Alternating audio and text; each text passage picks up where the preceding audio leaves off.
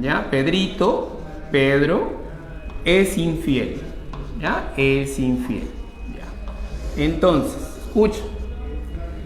Creer que Pedro nunca va a cambiar, siempre va a ser infiel, ¿ya? Esa concepción es muy esencialista.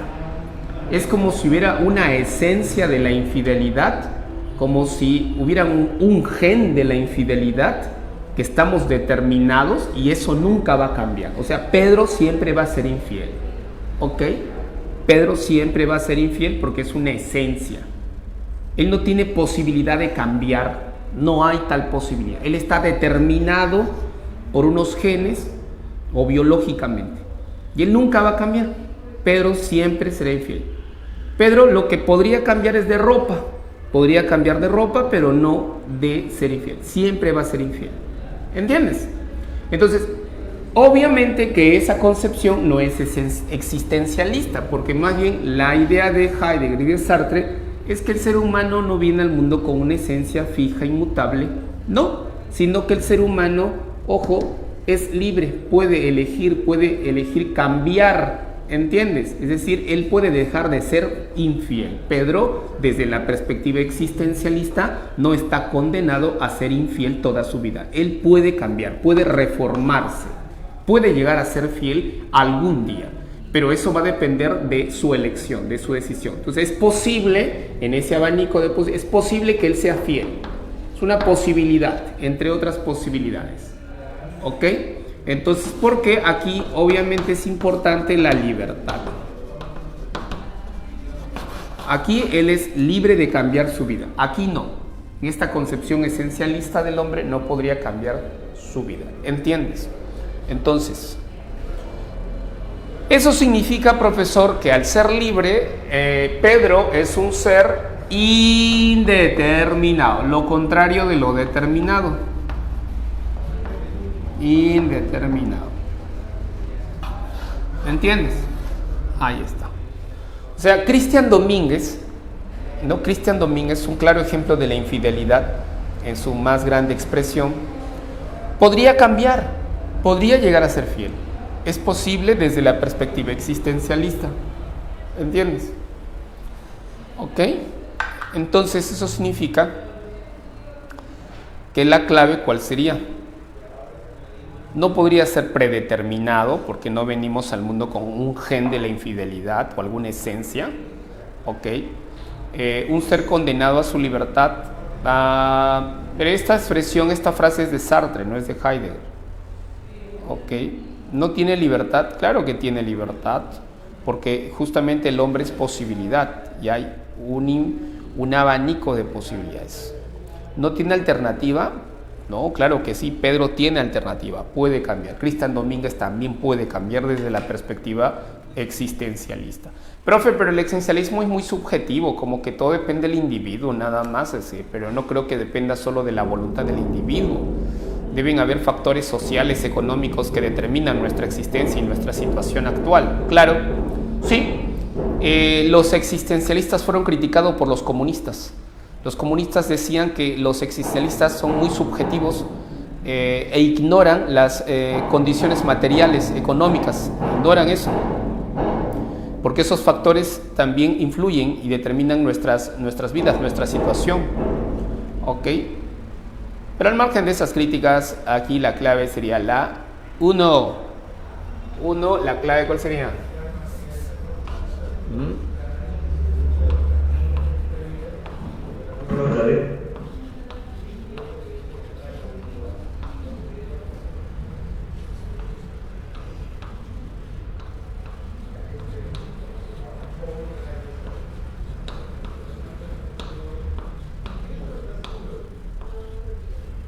La clave sería la E, no. La B, correcto. 1 es la B, burrito. ¿Ok? Entonces, para un existencialista, la existencia precede a la esencia. No hay esencias, no venimos al mundo con un gen, el gen egoísta o el gen de la infidelidad. No, hijo, no es así. Los seres humanos podemos cambiar nuestras vidas, nuestra existencia. En gran parte depende o casi completamente depende de nuestra voluntad. Es una decisión personal, ¿ya? Personal, ¿ok? Muy bien. 2. Dice, para Descartes el hombre es un compuesto de cuerpo y alma, de pensamiento y extensión, semejante, dice, ha sido creado a imagen y semejanza de Dios a pesar de encontrarse en la duda y el error, por lo tanto la idea de Dios a la mente humana a pesar de su finitud, porque aquí sería, bueno, hablan de la antropología filosófica, pero ponen especial atención a la idea de Dios, que esta ha sido impresa en el alma, ¿no? Porque Dios ha creado al hombre y ha creado la sustancia. El alma es una sustancia, es res cogitans, y ha sido impresa en el alma con un sello indeleble, o sea, digamos que es el sello de Dios. ¿El hombre participa del pensamiento de la existencia de Dios? No. ¿Es principio y fundamento último de la existencia? No. ¿El hombre reconoce a Dios en la medida de reconocer? No. ¿El hombre es creación de Dios? No. ¿Es creación de Dios? Sí, pero aquí me está preguntando la idea de Dios, cómo llegó a la mente. En la número 2, la clave es avión. 2 es avión. 3. El hombre nace bueno y la sociedad lo corrompe. ¿Es una afirmación de quién? ¿Quién planteó eso? ¿Ah? Esto de acá es de los existencialistas. Hayek.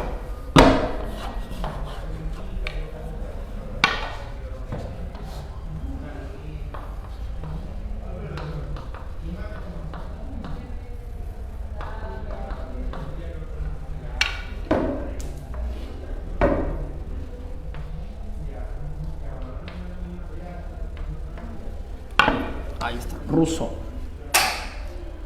¿Ya?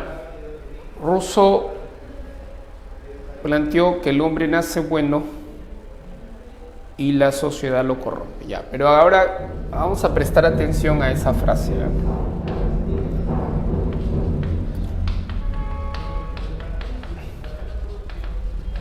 El hombre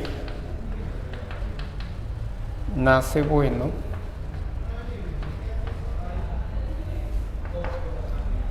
y la sociedad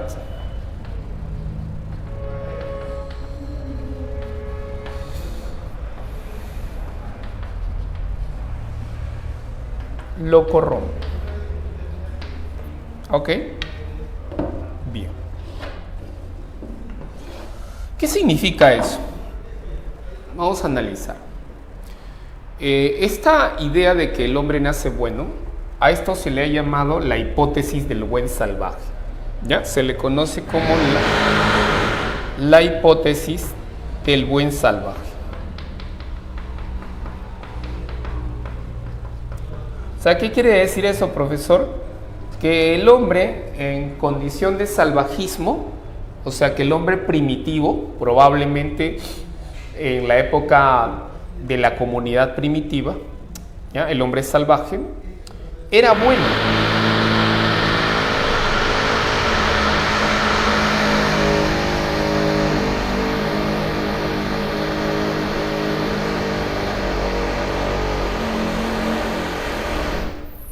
¿Ya? Era bueno, era buena gente, era inocente, ¿ok? Vivía en paz.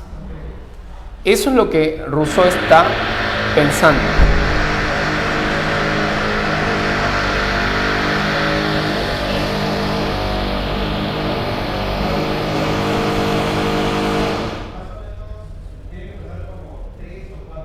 ¿Qué están haciendo? Están construyendo arriba. Ahí te lo voy a traer al director para que...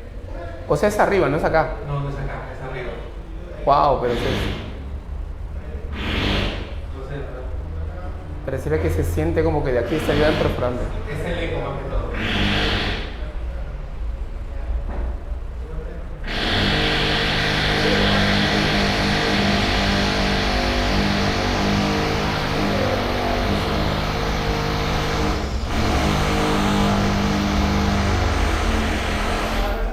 Los dictados aquí en virtual acaban ¿a qué hora? O sea, van a continuar. Hay que decirle al director para que vamos a un rato porque no nos va a poder avanzar.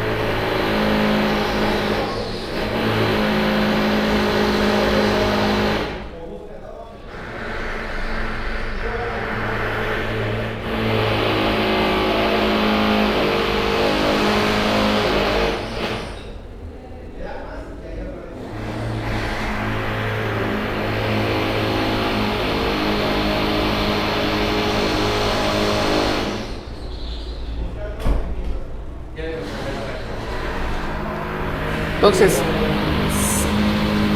aquí, no sé si me escuchan, a ver si logran escucharme me confirman, ¿ya?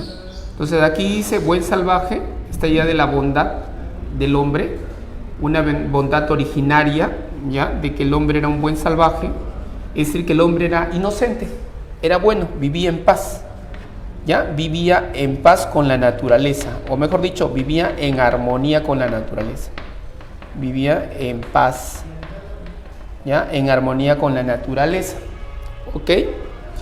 Entonces, este individuo que era bueno, ¿ya? Se situaba, según Rousseau, en una situación que Rousseau llama estado, pero no hablo de estado en mayúscula o con mayúscula, no estoy hablando de estado, ¿ya? No estoy hablando de institución política, de gobierno o de una forma de gobierno, no estoy hablando de estado en ese sentido, sino de estado en minúscula, ¿ok?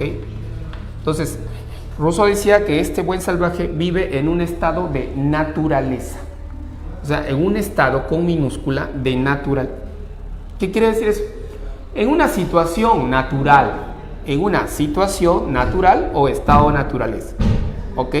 Y esa situación natural o estado de naturaleza de la que habla Rousseau, ¿ya? Le llama estado de naturaleza, ¿ok? O situación natural. Un estado de naturaleza. Ahí, en esa situación vivía este hombre bueno. Pero este estado de naturaleza o esta situación natural en la que vivía el hombre bueno es producto de la imaginación. O sea que esto nunca existió, ¿me entiendes? O sea, no existió un estado de naturaleza, no. Es producto de la imaginación, es un experimento mental nada más, es una hipótesis de trabajo. O sea, no es un hecho histórico que el hombre haya vivido en una situación natural y que en consecuencia haya vivido en paz, etcétera, y haya sido completamente bueno. Esto es algo que Rousseau está imaginando, está suponiendo que así fue el comienzo de la humanidad, ¿entiendes? Entonces, la teoría de Rousseau se llama la teoría política y social con la que pretende explicar esta concepción antropológica, se llama la teoría del contrato social. Entonces, la teoría del contrato social, ahí encontramos su concepción antropológica. Entonces, dice, era bueno y luego se volvió malo. O sea, aquí, cuando dice se corrompe, significa que ese hombre se volvió malo. Apareció la maldad. ¿Ok? La maldad apareció. O sea, de buen salvaje se volvió un mal salvaje. Un hombre malo, perverso, violento, rapaz, corrupto. La pregunta entonces sería, profesor, pero si se volvió malo, si apareció la maldad y antes no vivíamos en una situación de bondad, ¿qué pasó? Entonces, a esta situación de maldad se le llama de otra manera. Ya no es el estado de naturaleza o la situación de naturaleza. No, o sea, esto se le llama estado o situación imaginaria de ¿qué? De guerra. Ya no es la misma situación, es una situación de guerra, es una situación de conflicto, de violencia, de matanzas. Aquí no, aquí hay armonía entre los hombres y la naturaleza. Aquí era bueno, aquí se volvió malo, aquí se corrompió. A eso se llama estado natural. Y el estado de la naturaleza también es un estado o una situación imaginaria. Nunca existió en la historia tal cosa. ¿Ok? Entonces, tenemos dos situaciones. Situación natural o estado natural o de naturaleza y el estado de guerra. ¿Ok? Ahora, viene la cuestión aquí. Aquí es donde la mayoría suele plantear interpretaciones erróneas. ¿Ya? La mayoría plantea interpretaciones erróneas, ¿ya? Porque no comprenden a Rousseau o en todo caso no logran entender su propuesta porque no leen su obra de manera completa. A veces se dejan llevar solo por las frases sacadas de contexto. Y el gran problema para entender a Rousseau, para muchos, sobre todo gente que no es especialista o que no han estudiado filosofía, y a veces simplemente toman las frases, las sacan de contexto y la interpretan de una manera errónea, ¿ya? Que es muy frecuente. Es que si uno lee a Rousseau se da cuenta que cuando él dice la sociedad lo corrompe, o sea, lo vuelve malo, la sociedad es aquello que vuelve malo al hombre, ya están pensando rápidamente que la causa de la maldad es la sociabilidad. El simple hecho de la sociabilidad, es decir, de las relaciones entre individuos, el que yo me relacione con alguien, el que yo viva en mi barrio y en mi barrio hay delincuentes, ellos influyen sobre mí y yo me convierto en delincuente, es esa la manera en que están interpretando esta frase, que la sociedad lo corrompe, ¿ok? Es decir, la sociabilidad, el hecho que yo me junte con alguien, eso influye. Si esa persona es mala, yo me vuelvo malo. Si esa persona es un ladrón, yo me vuelvo ladrón. Esa es la interpretación más frecuente de esta frase sacada de contexto. ¿Por qué digo sacada de contexto? Porque si uno lee la obra de Rousseau, y aquí me voy a referir a una obra, podría referirme a dos obras, ¿ok? A ver, ¿cuál es esa obra? Esta frase aparece en varios libros. Ok, me voy a referir a dos libros donde aparece esta frase, ¿ya? El primero, y este es el libro más importante, y hay otro también, ¿ya? Pero este es el primero y más importante donde aparece esta frase. Pero como les digo, cuando tú sacas la frase de contexto, tú puedes interpretar de una manera equivocada, errónea. La obra se titula El origen, mejor dicho, el discurso, así, discurso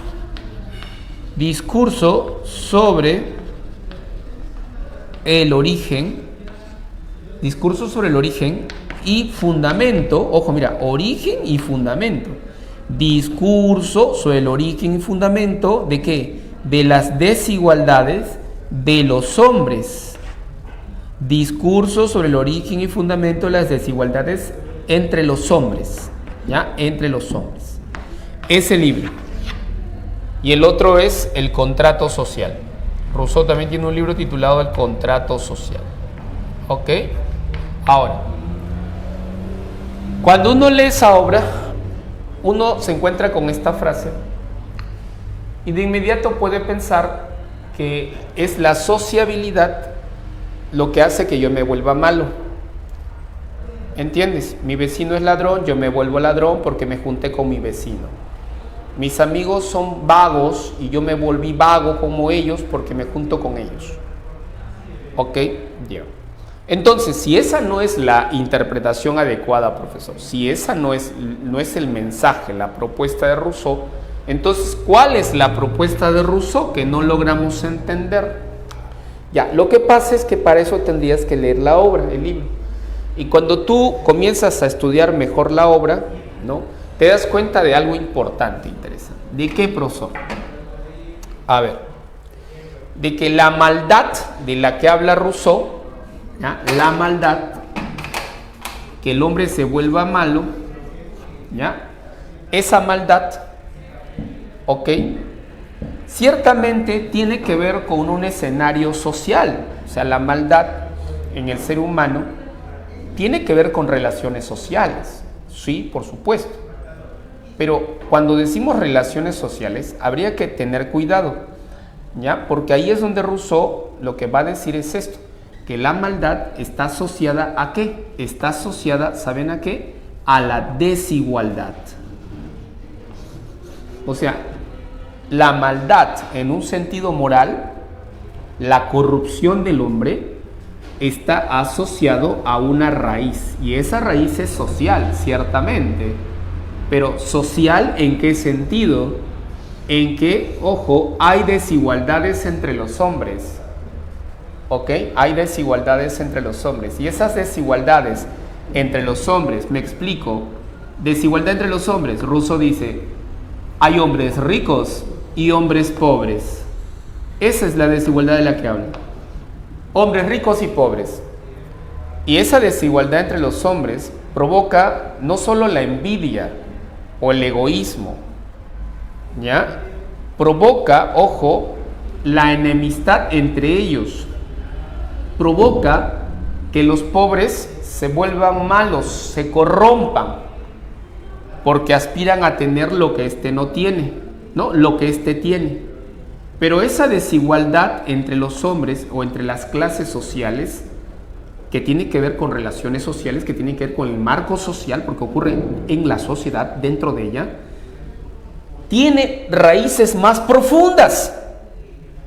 ¿Y cuáles son esas raíces más profundas? Esas raíces más profundas tienen que ver con una institución que apareció en la historia, según Rousseau. Esa institución es la raíz de las desigualdades. O sea que las desigualdades son consecuencia ¿de qué? De una institución. Y esa institución, profesor, ¿cómo se llama? Se llama propiedad privada. ¿Qué? Así es. Desde que apareció la propiedad privada, esta justamente provocó la desigualdad, la división de los hombres en ricos y pobres, los que tienen propiedad y los que no tienen. Es decir, produjo una desigualdad entre los hombres. Y esa desigualdad entre los hombres es lo que produjo en algunos la maldad. ¿Entiendes? La maldad. Es decir, el hombre se volvió malo, se volvió ladrón, porque obviamente le está robando al que tiene, no al que no tiene. ¿Entiendes? Se volvió malo, se corrompió justamente a raíz de esto, ¿ok? De la propiedad privada. Entonces, cuando tú lees el libro, tú vas a entender todo eso. Pero cuando tú te quedas solo con la frase y la sacas de contexto, pues tú estás interpretando algo que no tiene que ver con lo que Rousseau señala. ¿Entiendes? Ahora, esta idea de que el hombre es bueno no es algo que Rousseau haya planteado inicialmente. No, eso ya está en Locke. John Locke es anterior a Rousseau. Primero es Hobbes, luego es Locke, luego es Rousseau y luego es Kant, en ese orden cronológico. La idea de que el hombre es bueno ya lo había planteado John Locke, pero la diferencia entre Locke y Rousseau, ¿cuál es esa diferencia? Esto, mira, que si bien Locke dice que el hombre es bueno y luego se vuelve malo, se corrompe, la explicación de Locke es diferente a la de Rousseau. ¿Por qué? Porque Locke no va a plantear que la raíz, ojo, que la causa de la maldad es la desigualdad y la causa de la desigualdad es la propiedad. Eso no va a decir John Locke, no. ¿Por qué no? Porque John Locke es el filósofo de las burguesías, es el intelectual de la burguesía y por tanto la burguesía lo que hace es defender la propiedad privada. Entonces Locke no va a plantear que la raíz de la desigualdad y de los males es la propiedad. No. Por supuesto que no. ¿Por qué, profesor? Porque si tú afirmas esa tesis tiene consecuencias políticas. Profesor, no te entiendo. Es decir, lo que Rousseau ha planteado aquí tiene consecuencias políticas. ¿Por qué, profesor? Porque si nosotros, escúchame, vivimos en maldad, en corrupción y deseamos vivir en una sociedad en armonía, en paz, sin violencia, sin corrupción, sin delincuencia, tendríamos que retornar a un estado anterior, primigenio. O sea, una solución sería retornar a un estado anterior, a unas formas de vida primigenias anteriores en las que vivíamos en paz. ¿Entiendes? Pero ¿eso qué supone? Ya no podemos retroceder en la historia porque la humanidad ha progresado. Eso supone que para poder corregir los males de esta sociedad, es decir, la desigualdad en la que se encuentra el ser humano, lo que tendríamos que hacer es justamente liquidar una institución, acabar con ella. Profesor, o sea que para acabar con la maldad y claro, las desigualdades que la originan, tendríamos que acabar con ¿qué? Con la propiedad privada. Esa es una consecuencia de este planteamiento. Pero eso es algo que Rousseau ciertamente no va a plantear, sino que quien lo va a plantear va a ser Marx. O sea que Marx leyó a Rousseau, por supuesto que leyó a Rousseau. Aquí están las ideas que Marx va a desarrollar. Y justamente la raíz de todo es la propiedad. La raíz de todo no es que te juntes con tu vecino que es ladrón, no. Eso no te vuelve ladrón, hijo. Ese es un factor secundario, ¿ya? Entonces, la raíz de los problemas está en la propiedad privada, ¿ok? Entonces, eso es lo que Rousseau va a plantear, ¿ok? Entonces, esta obra que he mencionado acá, este discurso, es un ensayo filosófico que Rousseau lo presentó a un concurso, se presentó en un concurso de ensayo y Rousseau ganó el concurso, ganó dinero, billetito y ganó el prestigio, el reconocimiento de las autoridades políticas y de los intelectuales con ese ensayo. ¿Y sabes cuál era el tema del ensayo? El tema del ensayo era una pregunta. ¿Y cuál era la pregunta? La pregunta era ¿cuál es el origen de las desigualdades entre los hombres? O sea, él está respondiendo a la pregunta cuyo título es justamente, tiene que ver con la pregunta. Pues. Él va a plantear un discurso sobre el origen de las desigualdades entre los hombres, que era el tema del ensayo. ¿Entiendes? Y bueno, él ganó el concurso. Resultó convincente lo que Rousseau estaba señalando. Entonces, nos podemos dar cuenta de que Marx leyó a Rousseau, ya, entre otros, leyeron a Rousseau. Profesor, entonces, ¿la clave cuál sería? La clave sería la C, casa, 3 casa. Ok, ahí está. Ojo, estamos hablando del planteamiento de Rousseau, que luego Marx interpretó, se apropió, etc. ¿Ya? Ahí está. De esa manera. Ahora, lo han malinterpretado. ¿Sabes quién es el primero en malinterpretar a Rousseau? Es Voltaire. Voltaire critica a Rousseau y le critica eso, de que él sostenga de que la sociabilidad es lo que ha hecho que el hombre sea malo. Pero Rousseau no propone eso. Voltaire lo malinterpretó también, al igual que otros. ¿Ok? 4. El filósofo que afirmó que el hombre es un lobo para el hombre. ¿Quién afirmó eso? Habla. Así es. Este señor. ¿Ya? En su obra señala eso. Leviatán. ¿Ya? Entonces, el Leviatán es la imagen de un monstruo. Es parte de una mitología. Se sirve de la imagen de un monstruo marino que aparece en la Biblia, pero ¿por qué lo hace? ¿Qué cosa es el Leviatán? El Leviatán es el Estado. Es el Estado, pero no es cualquier Estado. Es un Estado con poder absoluto, un Estado absolutista. ¿Ya? Un Estado absolutista, con un poder absoluto. Un Estado fuerte, mejor dicho, todopoderoso. ¿Ok? ¿Ya? ¿Y por qué un Estado fuerte y todopoderoso, profesor? ¿Por qué? Porque justamente Hobbes define al hombre como un hombre malo, perverso, cruel.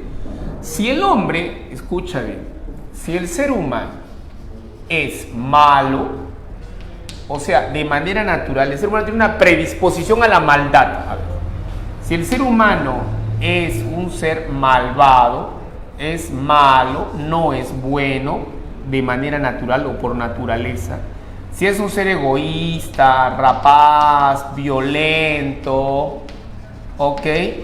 Un hombre apasionado que sigue su pasión, nada más que su pasión.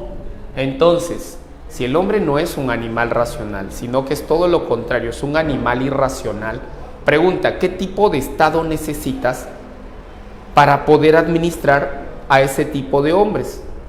Para poder gobernar ese tipo de hombres. ¿Necesitas un estado débil? Un estado débil no va a poder con este hombre. Egoísta, violento, rapaz, agresivo, no va a poder. Para lidiar con esta naturaleza humana, necesitas un estado fuerte. ¿Entiendes? O sea que la antropología, a partir de una antropología es que se construye una teoría política, se diseña una teoría política. Tienes que saber qué es el hombre, la naturaleza humana, y de acuerdo a ello vas a diseñar un proyecto político. Entonces eso es lo que encontramos en el Leviatán, ¿ya? Y en el Leviatán también encontramos esta idea del estado de naturaleza, el estado de guerra. Para Hobbes el estado de naturaleza es el estado de guerra. O sea, Hobbes no distingue de que el hombre era bueno y que el hombre se volvió... No. Para Hobbes, en otras palabras, en el Leviatán, para Hobbes, el hombre siempre fue malo. O sea, siempre se inclina a la maldad. No es que era bueno y se volvió malo. No. Hobbes no señala eso. El hombre siempre fue malo. Eso significa que el hombre vivió en el estado de naturaleza, ¿ya?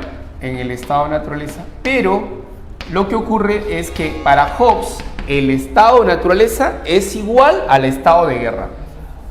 ¿Ya? El estado de naturaleza es el estado de guerra para Hobbes. Es lo mismo.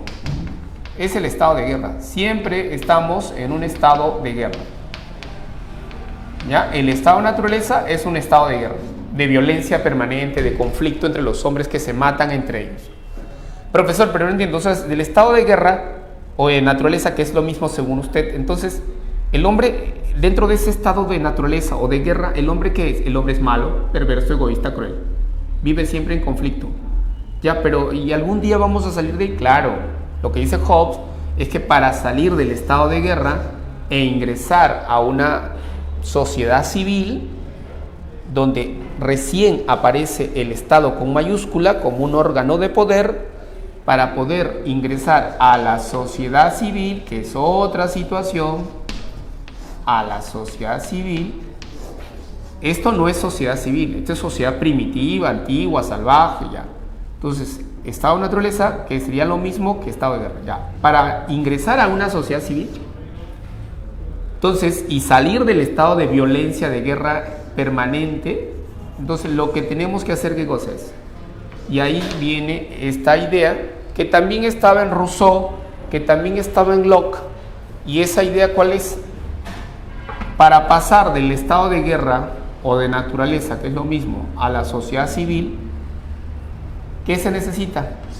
Un contrato. Un contrato. Un contrato, así es, se llama contrato social. Hobbes propone eso. Hobbes fue un contractualista clásico. ¿Ok?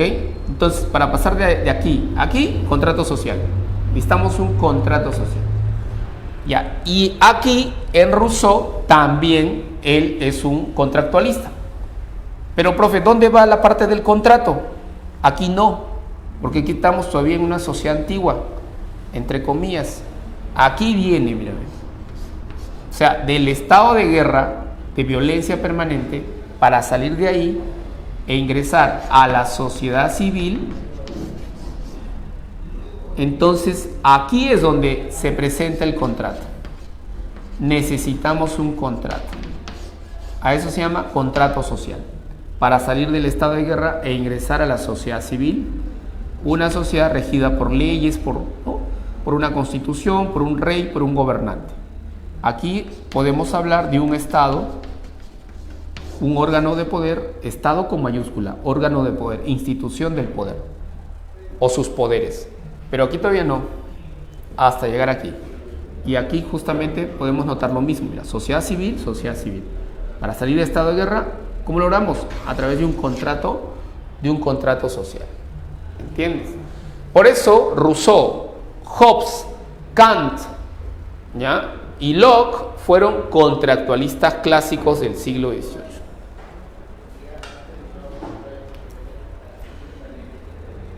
Cuatro, entonces, avión. 5,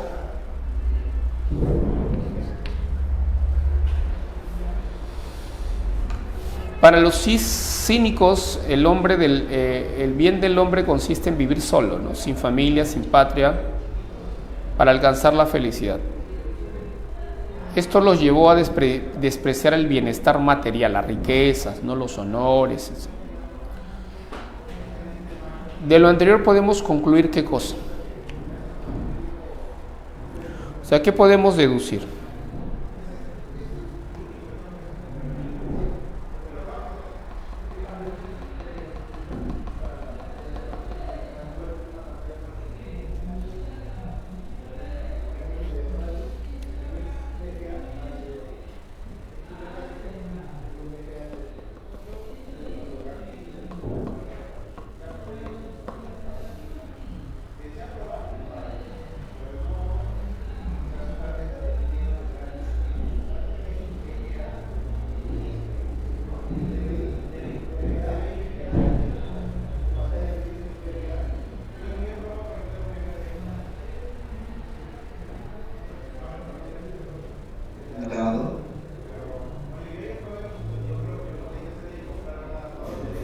La D, el hombre, el amor, el bienestar y los demás impide que el hombre alcance su felicidad.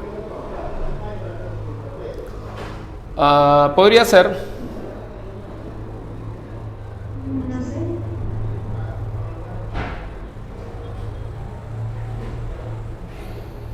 La C.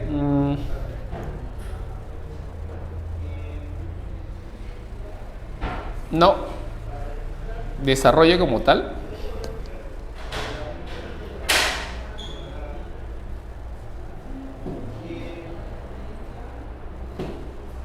Comentan que la A.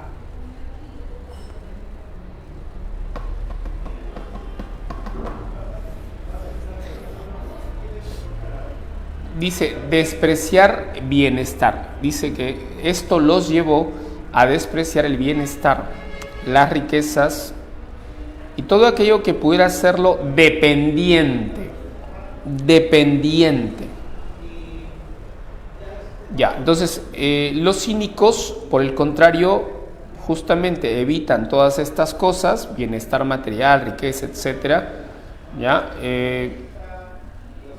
¿con qué propósito? Con el propósito de ser independientes, no depender de otras cosas.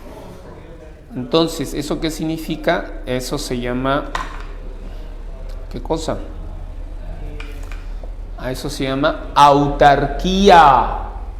Autarquía. ¿Qué significa la palabra autarquía, profesor? Significa autosuficiencia, significa bastarse a sí mismo, significa no depender de nadie, ¿entiendes? No depender de otros, ¿ok? Por ejemplo, el amor, a ver, ¿por qué el amor, profesores, nos haría infelices?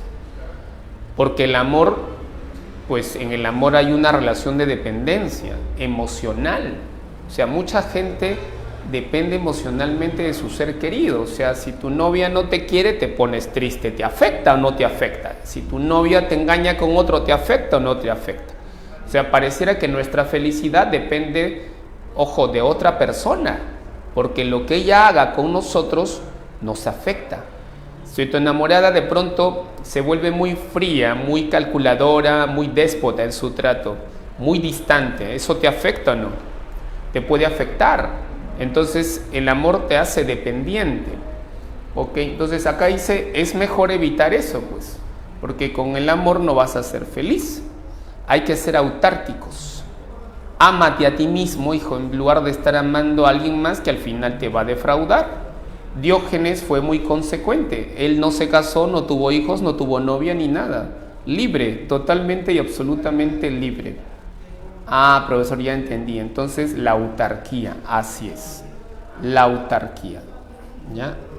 A eso se refiere. 6. Scheller, el puesto del hombre en el cosmos. El hombre se diferencia de los animales. ¿Por qué nos diferenciamos de los animales? A ver. ¿Porque no tenemos cola? ¿Por qué? ¿No tenemos plumas? ¿Por qué? Puede adoptar una conducta ascética frente a la vida. Vida que estremece con violencia. El hombre puede reprimir sus impulsos, sus deseos, sus instintos, someter los propios.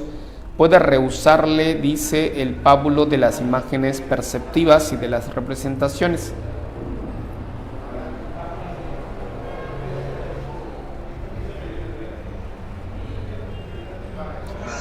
Comparando con el animal que dice sí a la realidad, incluso cuando teme y rehúye, el hombre es el ser que sabe decir no a los placeres, no a las necesidades biológicas, carnales, el asceta de la vida.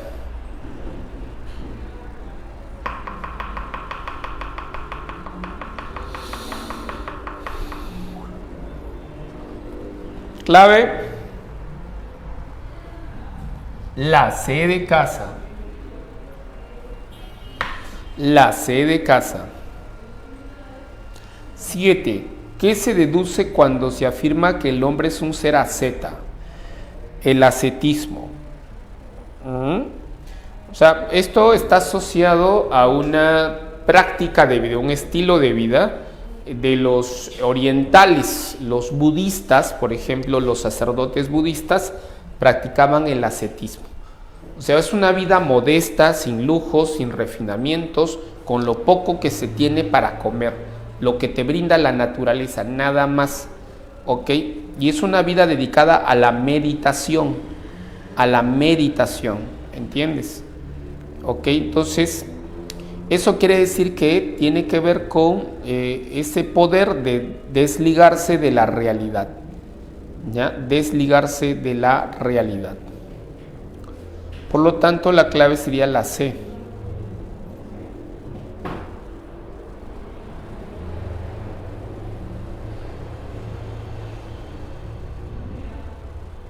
Seis casas. 7. ¿Qué se deduce cuando se afirma que el hombre es un ser asceta? Ya, la 6 ya está, no casa. La 7 sería...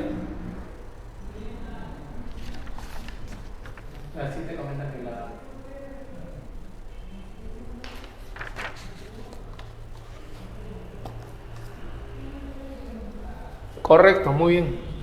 7 avioncitos. 7 avioncitos.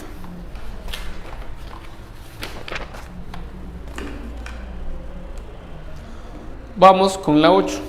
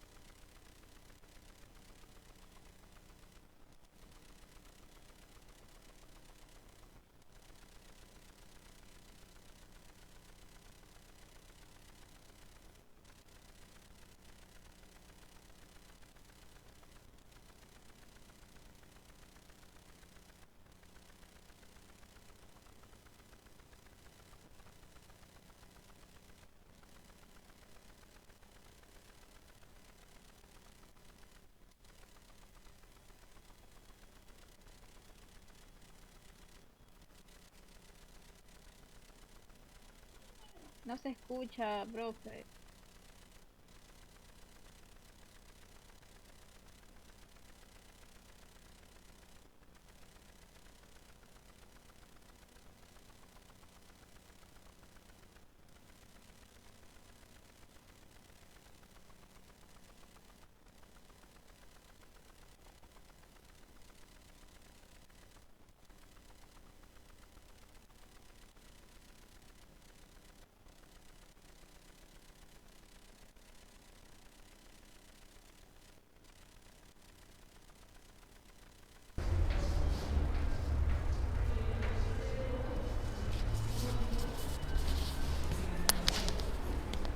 ¿Se escucha? Ahora sí.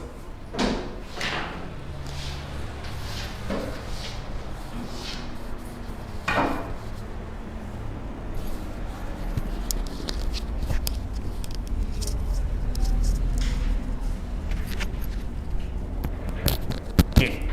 Entonces, el hombre es un tránsito, significa que es un puente, significa que no es un fin, no es una meta, significa que debemos superar al hombre, ¿ya? Y lo debemos superar por otro tipo de hombre, por un nuevo hombre, el superhombre. ¿Ok? Ahora, profesor, pero no entiendo, ¿por qué el hombre es un tránsito, es un puente, no es un fin? No entiendo, o sea, ¿por qué? Lo que pasa es que el hombre vive una vida decadente, ¿ya? Vive una vida decadente.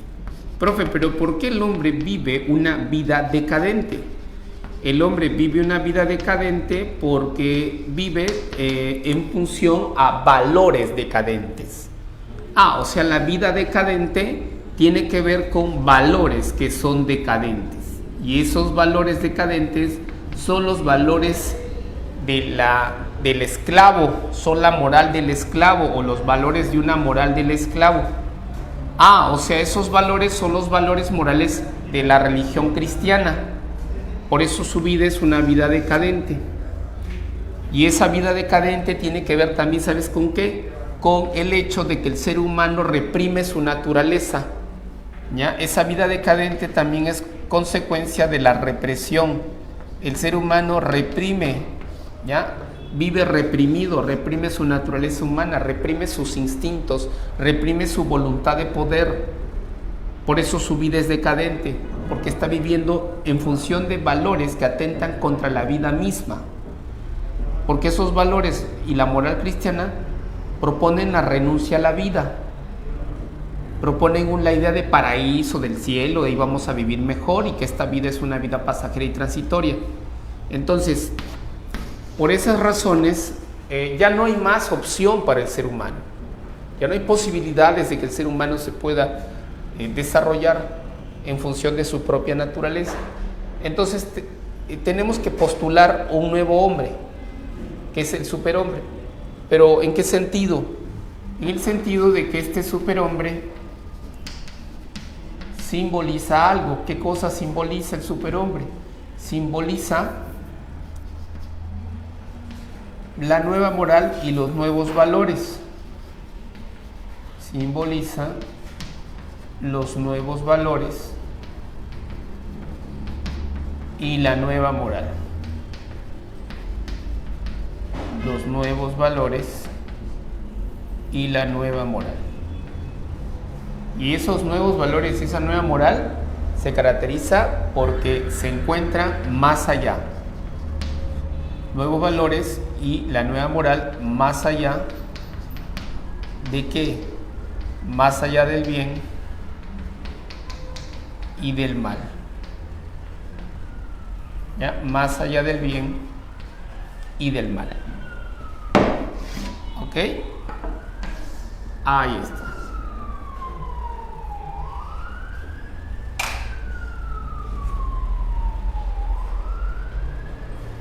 El dualismo afirma que el cuerpo y el alma conforman una unidad. Correcto. Descartes y Pascal. El hombre es un compuesto de dos sustancias, alma y cuerpo, res cogitans, res extensa. O el hombre es una caña pensante. La caña es la parte biológica corporal y el pensamiento es la parte espiritual del alma.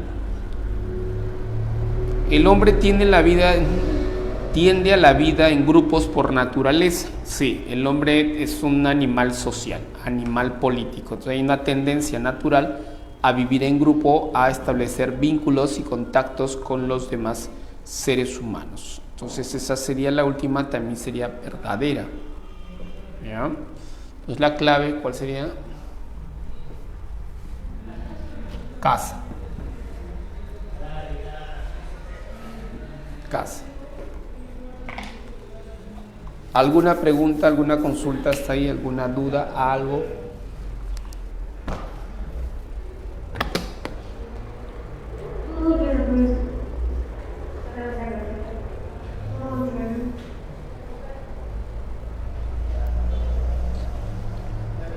Hay una pregunta. ¿A qué se refiere con caña pensante?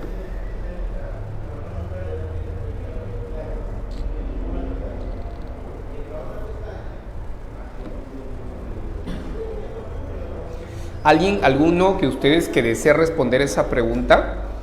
Yo recuerdo que lo expliqué en la mañana o antes del receso. Expliqué en qué sentido se afirma que el hombre es una caña pensante. Bueno, imagino que en ese momento no prestaron atención, pero los demás sí prestaron atención. A ver, ¿quién me responde esa pregunta? Marelí Yasmín comenta, cuerpo más alma. Correcto. O sea, la caña, el carrizo, puede ser un palo, ¿no? Yo digo, caña, yo puedo pensar en un carrizo. Puede ser esto, mira, madera. Pero ¿esto qué es? Esto es una sustancia material. Esto es materia o sustancia material. Lo que Descartes llama res extensa. Ya, pues la res extensa es la materia o es la sustancia de una caña. O sea, la caña es material, es el cuerpo. O sea, puedes entender esto como una metáfora. O sea, la caña sería la metáfora en alusión al cuerpo. Y pensante, el pensamiento, se refiere al alma.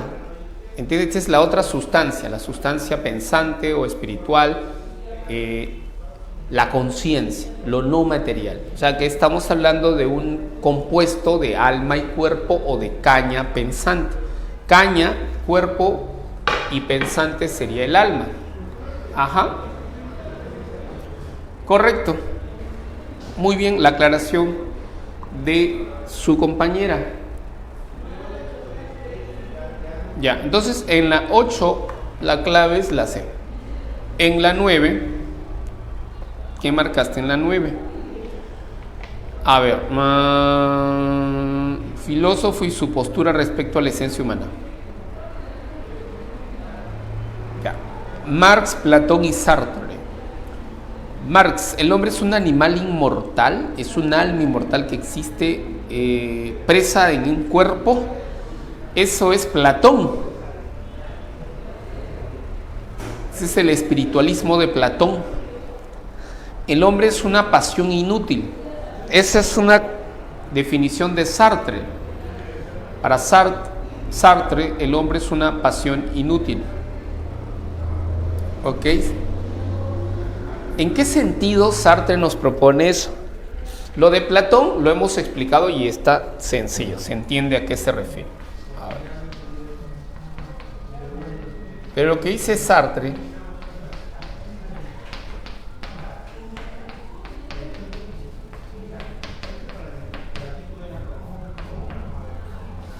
ahora, ¿por qué el hombre es una pasión inútil? A ver. Intenten reflexionar, a ver, piensen un poquito. ¿Por qué el hombre, según Sartre, además de lo que yo señalé antes del receso, que el hombre es un ser condenado a su libertad, que el hombre es un ser para sí y para otros, también Sartre dice que el hombre es una pasión inútil. Y también dice que es la nada. Pero, ¿qué significa pasión inútil? A ver, piensen, ¿por qué el hombre es una pasión inútil? ¿En qué sentido el hombre es una pasión inútil? A ver, ¿qué podríamos pensar o razonar al respecto? A ver, piensa, a ver, ¿qué se te ocurre? ¿Por qué somos una pasión inútil? Vamos.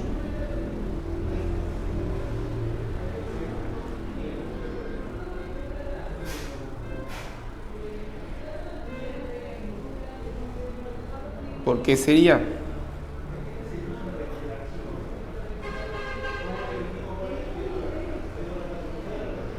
Vamos, ¿alguna idea?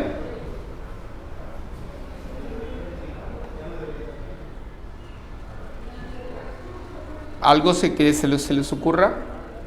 Mencionan, no logramos concluir porque la conciencia es la negación del ser. Pasión inútil. ¿Por qué el hombre es una pasión inútil?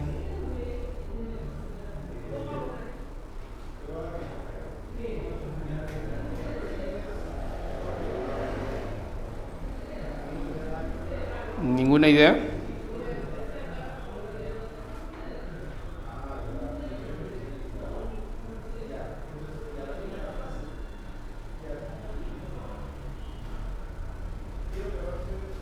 Porque es no solo el que elige ser, No. porque carece de significado, sentido y valor. Ah, no.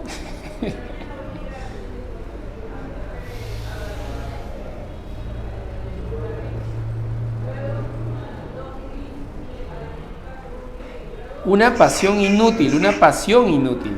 Pasión inútil. Porque a pesar de sus proyectos está condenado a la muerte. Ya, cerca. Esa respuesta está más cerca. Porque no puede escapar al sentimiento de su total y profunda responsabilidad.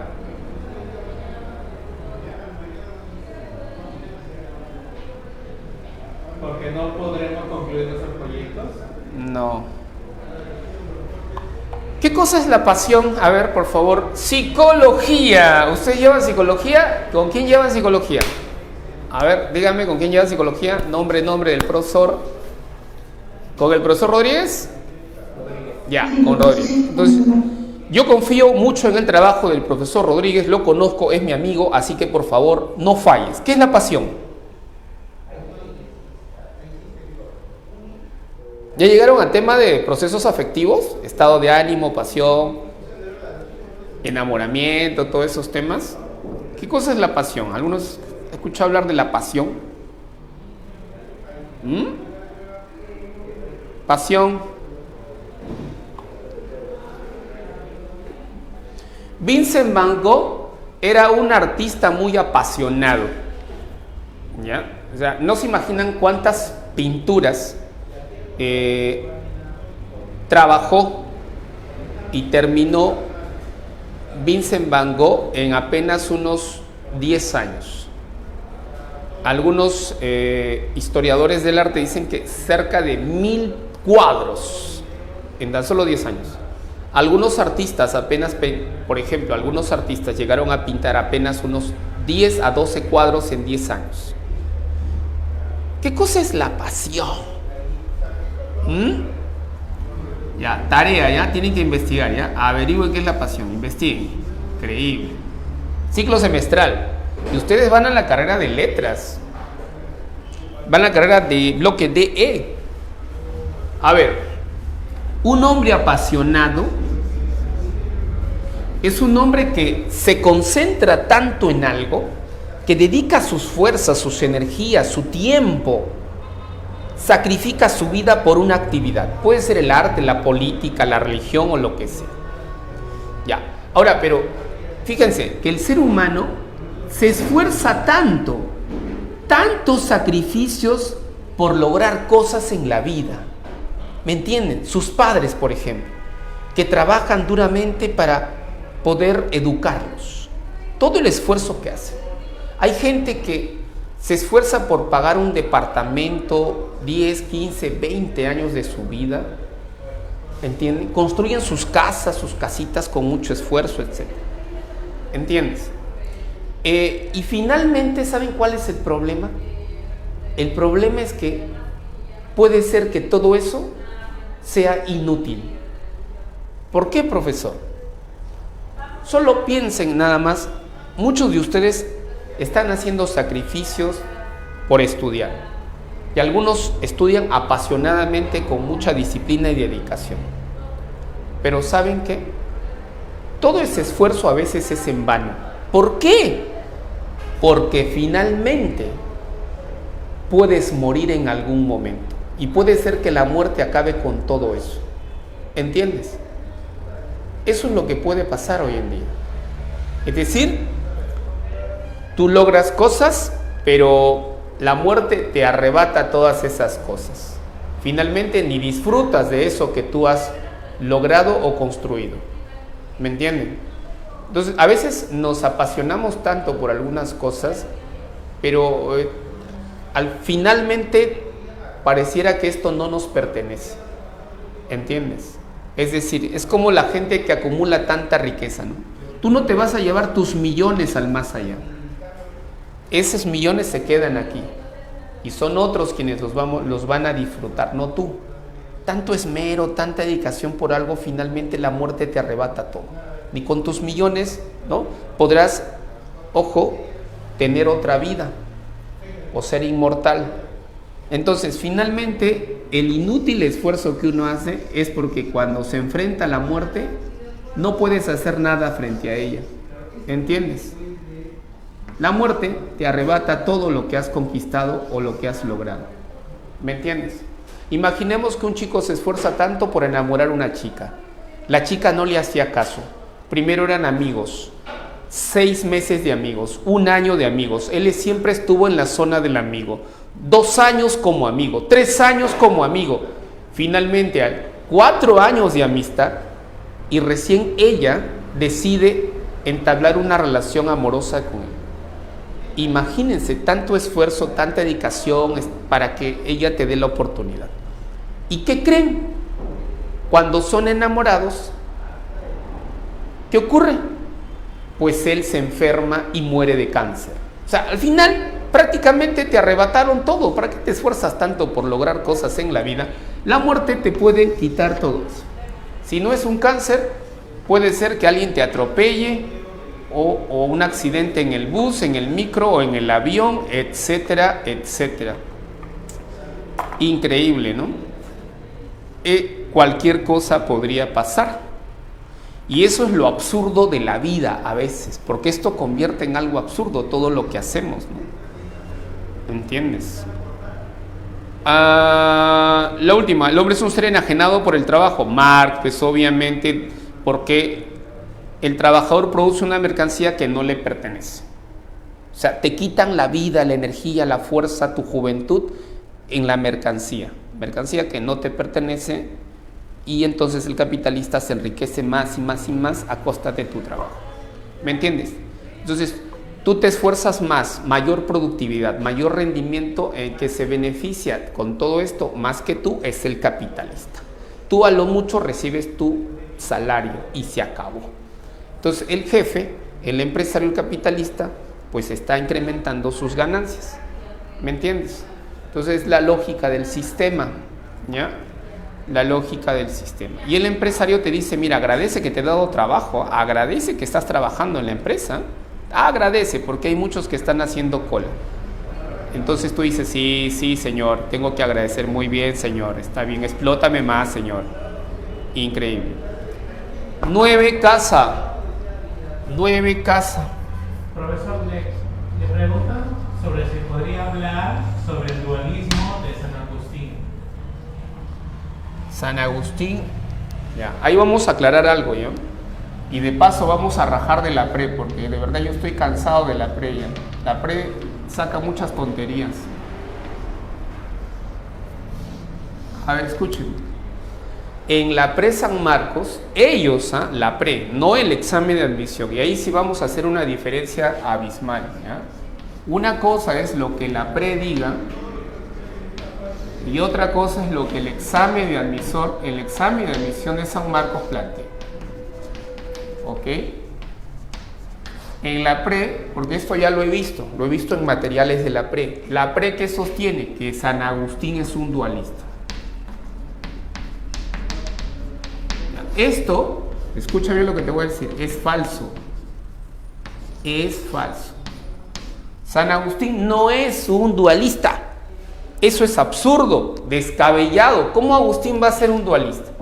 San Agustín no es dualista. ¿Qué es San Agustín? Es espiritualista. Profe, pero no entiendo. Escúchame. ¿Por qué no puede ser dualista San Agustín? ¿Saben por qué? Es simple. Y para que compares, te voy a poner a Platón por aquí, ¿ya? ¿Por qué, profe? Porque Platón es espiritualista, pues. Y San Agustín también es espiritualista. A ver, ¿qué quiere decir espiritualismo y dualismo? A ver, el espiritualismo lo que señala es que la esencia del hombre, la esencia, es el alma, es el espíritu, el alma. O sea, el componente, el rasgo que define la naturaleza humana es el alma. ¿Ok? Y el alma es inmortal. ¿Ok? Pero es el alma, no es el cuerpo. El cuerpo no es la esencia. El cuerpo no es una sustancia que determine la naturaleza humana. ¿Ok? Entonces, escúchame. El cuerpo no es una esencia o sustancia que defina o determine la naturaleza humana. No. Para el espiritualismo es el alma. Profesor, ¿y qué es el dualismo entonces? Escúchame. Descartes y Pascal son dualistas por algo muy simple. ¿Por qué? Porque para ellos el alma y el cuerpo, ¿ya?, son sustancias, son esencias. O sea, tanto el alma es una sustancia como el cuerpo es otra sustancia. ¿Y qué quiere decir eso? Que los dos tienen el mismo nivel de importancia. Es decir, que los dos son determinantes en la naturaleza humana. Es decir, no es que uno esté por encima del otro o el otro esté por encima del otro. No es que el alma sea más importante que el cuerpo. No, el cuerpo más importante. No. Por eso se llama dualismo. Porque son dos sustancias que tienen el mismo estatus ontológico. O sea, son reales. Las dos sustancias existen. Y son completamente diferentes. Pero en Descartes, estas dos sustancias se unen por una glándula. Pero escúchame bien. Para que San Agustín sea dualista, San Agustín tendría que señalar que el cuerpo es una sustancia tan real y tan importante o igual de importante que el alma. Pero en San Agustín el cuerpo es una sustancia igual de importante que el alma. O sea, ¿me estás diciendo que el cuerpo y el alma tienen el mismo estatus ontológico? ¿Son de la misma realidad? O en todo caso, son realidades distintas, pero con el mismo nivel de importancia. Para San Agustín es cristiano. Para San Agustín es idealista. El cuerpo no puede tener el mismo estatus ontológico que el alma. La esencia para San Agustín no es el cuerpo, es el alma. El cuerpo es un instrumento del alma. Ahora, ojo, en San Agustín, por supuesto que habla del cuerpo. Yo no digo que no hable del cuerpo. Ese no es el tema de discusión. El tema de discusión es ¿qué tan importante es el cuerpo? ¿Qué tan determinante es el cuerpo para definir la naturaleza humana? Para San Agustín el cuerpo no define ni determina la naturaleza humana. Que el alma se una al cuerpo, en todo caso, que el alma y el cuerpo estén presentes, y tal vez tú lo estás pensando como si fueran dos compuestos, ojo, pero mucho cuidado, eso no significa dualismo. Para que sea dualismo, las dos, el cuerpo y el alma, deben ser sustancias que tengan el mismo estatus, pero no tienen el mismo estatus ontológico. Es decir, el cuerpo o la materia siempre es inferior para San Agustín, siempre es inferior porque simplemente es un instrumento del alma, ¿ok? ¿Y eso por qué? Porque San Agustín es idealista, hijo. ¿Cómo va? Si tú colocas el cuerpo y el alma, o la materia y el espíritu al mismo nivel, pues Agustín entonces no hubiera pensado en Dios, no sería... Recuerda que Dios es el que crea el mundo y por tanto crea la naturaleza. ¿La naturaleza qué es? Res extensa, es materia.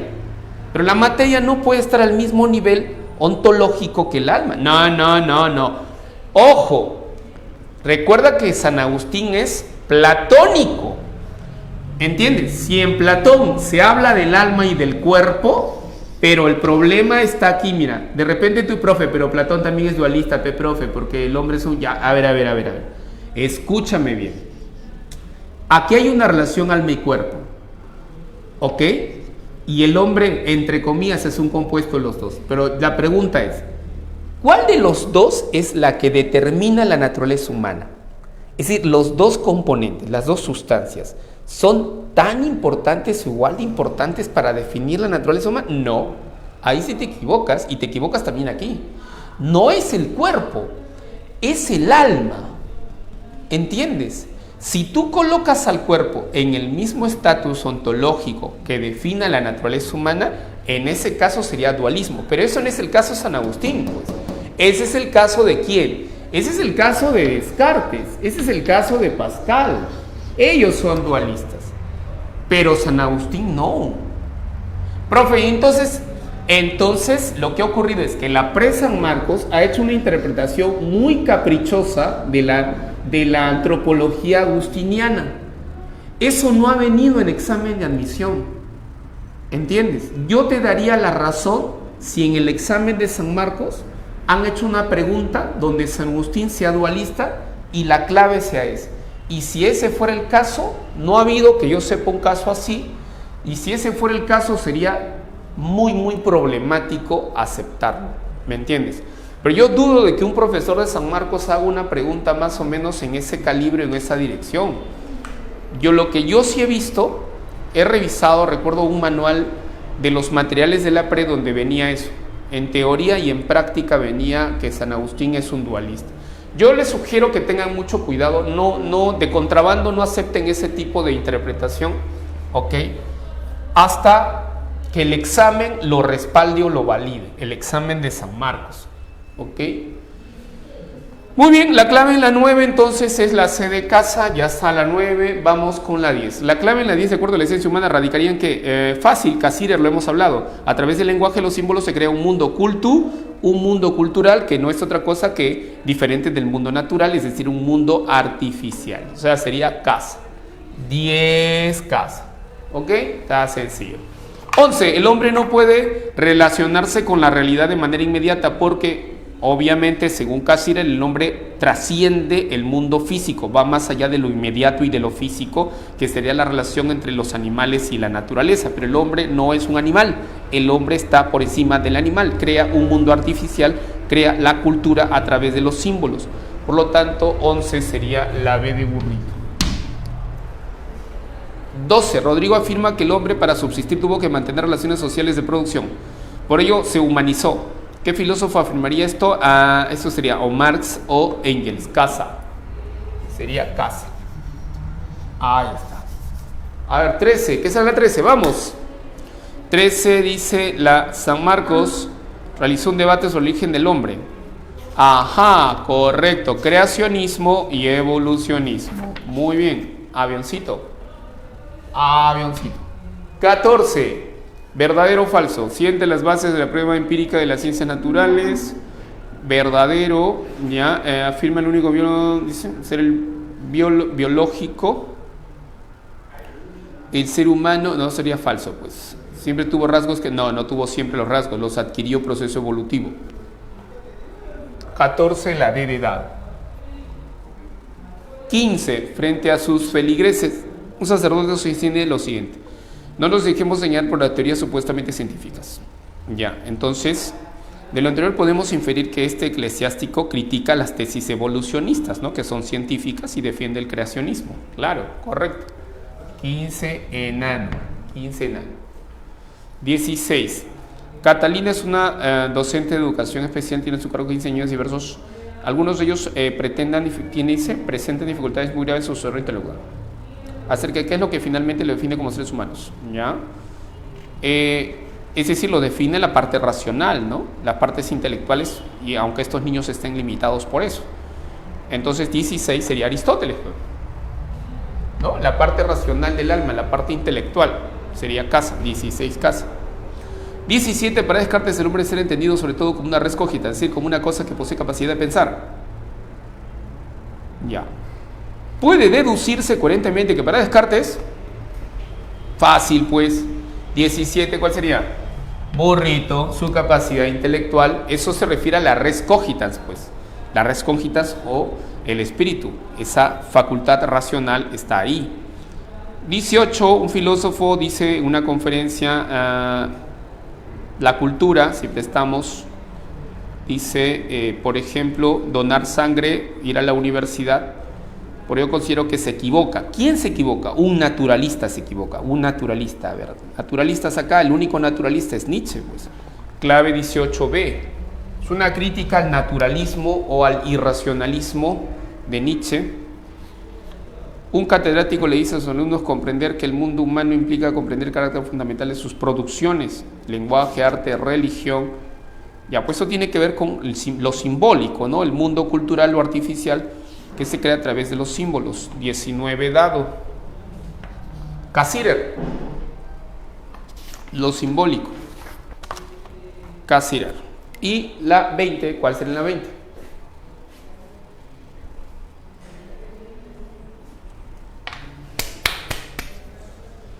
¿Cuál sería la 20?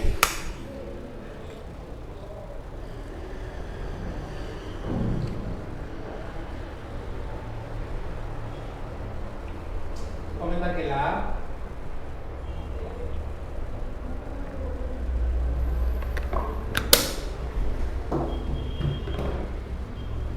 A ver.